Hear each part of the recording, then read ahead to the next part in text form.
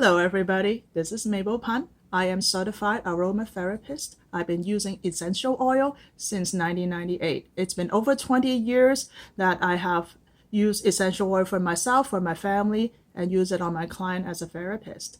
So today I'm bringing you some like 5 different oils to show you common use, uncommon use, and also talk about some of the issues or myths that people had out there, controversial topic maybe even. So just to give you a little more light and insight of how to use essential oil, the do's and the don'ts, and what I have personally used as well. So the first oil I'm bringing you today is lemon. Very widely used essential oil. It has a lot of study over it about its cleansing property. It helps cleanse the liver, the digestion, help you manage fat content in the body because like the liver is the biggest organ that manage fat. So the lemon, it's very easy to use. It's cheap because lemon is not expensive itself. And it's ingestible. This is edible. Now think about a lemon. You can eat it, right? And when you can smell the aroma from your food of that lemon, you are actually ingesting the essential oil when you eat the food, right? Because that's where the aroma comes from. So lemon oil in its own natural form is edible. It's a fruit. It's edible. We use the peel in dessert. We use lemon in tea with the peel together that you can smell the fragrance and you can actually ingest the oil. So when oil, when it was a food to start with, like lemon, orange, peppermint, things like that, that you can, in its own original form, you can eat it. But when it comes to essential oil in a bottle, it says external use only. And I, as a therapist and also as a user, I will question that. How come this food, when it comes into a bottle, it cannot be eaten anymore, right? If you put orange juice into a bottle, it's still orange juice. It's still edible. Yeah, you can drink it, no problem. Why, when it comes to essential oil, it has changed? Now it comes down to the quality of the oil and the alternation of the oil. It might be chemical reaction taking place in the extraction of the oil, so it makes it different in the chemical chain. Now this is natural chemical compound. Yes, no matter how natural it is, it's still subject to chemical reaction, like heat, like mixing, like pressure, etc., etc. So and there are food grade essential oil. There's actually a category from the FDA that certifies certain oil that can be sold as food, and it's edible. It's food. And there's also the next grade is therapeutic grade. Before the food grade come on, we look at labels that are therapeutic grade, also for ingestion. So if it is not certified into that grade, that means something has changed from being a food to something not ingestible. And I would not buy those oils if it says external use only. If it was a food to start with, it only makes sense to me. So, long story short, lemon, you can put it in water. If it is therapeutic grade, food grade, put it in water. You can eat it with coconut oil or carrier oil, or put it onto food dishes, make dessert. Has a lot of use. And I drink it with water first thing in the morning, again, to help me manage my fat content because I'm training myself up into more toned body. So this helped me a lot. Now the next oil, again, is ingestible, peppermint. Because we can eat peppermint. We put peppermint, like Vietnam or a different country has put peppermint into dishes, into dessert. Eat it, actually the leaves, the oil, like it's totally ingestible. And liver is also helping the liver, to tone the liver.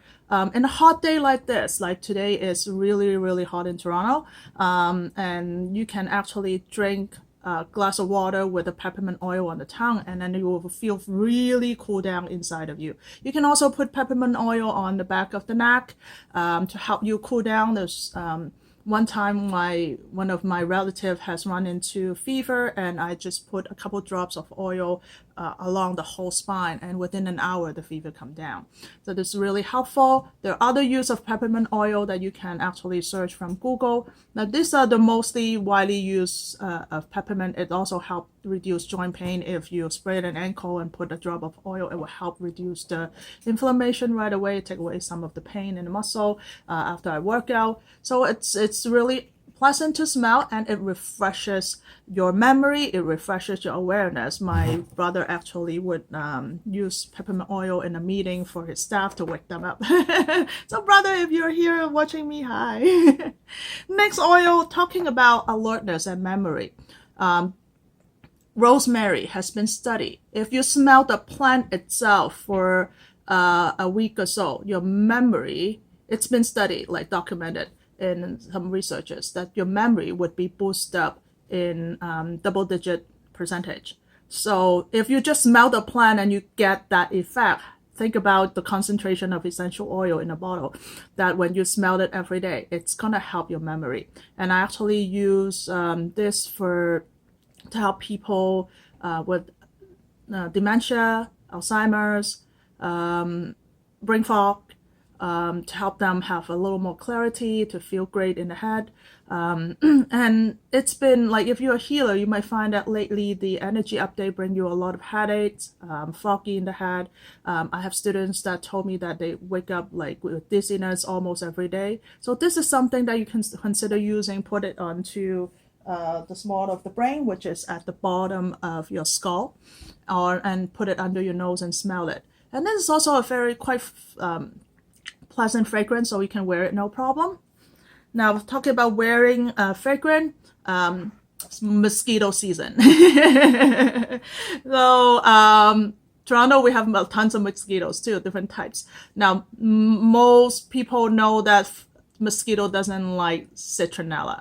So that is why there's so many bug repellent are mixed with citronella oil to kind of have the effect to come out, like candles and stuff. So citronella oil, if you're not very used to wearing essential oil on the skin, or have a very like you don't like to touch oil a lot, you can consider wearing on your clothes. So, and it would still be, you know, a repellent because it's on your clothes. I would put places where mosquito like to go a lot, like around your arteries, because it's the blood that attract them, right? So somewhere like on the inside of the arm, on like close to the armpit. But I probably would not put it on the skin of the armpit, because it might actually be a little too strong. So you can wear it under the armpit on the clothes, in front of the heart, around the thigh, those areas behind the knees. It will be very helpful to keep bugs away from you. Okay. And then citronella is a very particular oil for particularly bug repellent. So not a lot of people would just buy citronella for that, unless you live in a country that has tons of bugs. So there are people who would buy lemongrass, which has more usage than citronella. So lemongrass is also a very antiseptic oil. It helps, like before I start using natural hand sanitizer, I actually carry lemongrass oil as hand sanitizer. So I would rub a little bit of lemongrass with cream and rub around my hands, and then it kills most of the stuff on the hand. And it's also, like lemongrass and citronella is actually the same family. It's just different types. So it has the bug repellent effect. So you can wear it like citronella. You can also put it into diffuser and diffuse into the air. Citronella the same, to keep bugs away in the room. So lemongrass can also, it's a food again, like a lot of Southeast Asia country use it into their sauce, into the soup. You and absolutely eat it, but in the oil form is very, very strong. So if you're not very used to ingesting something like more towards the strong lemony plus a little spicy, that kind of taste, you might want to use very tiny little bit into like a bowl of soup or something. But I can just take it on my tongue, because I have been using this for a long time. It's a challenge to eat it just like that. Anyhow. So there are the 5 oils.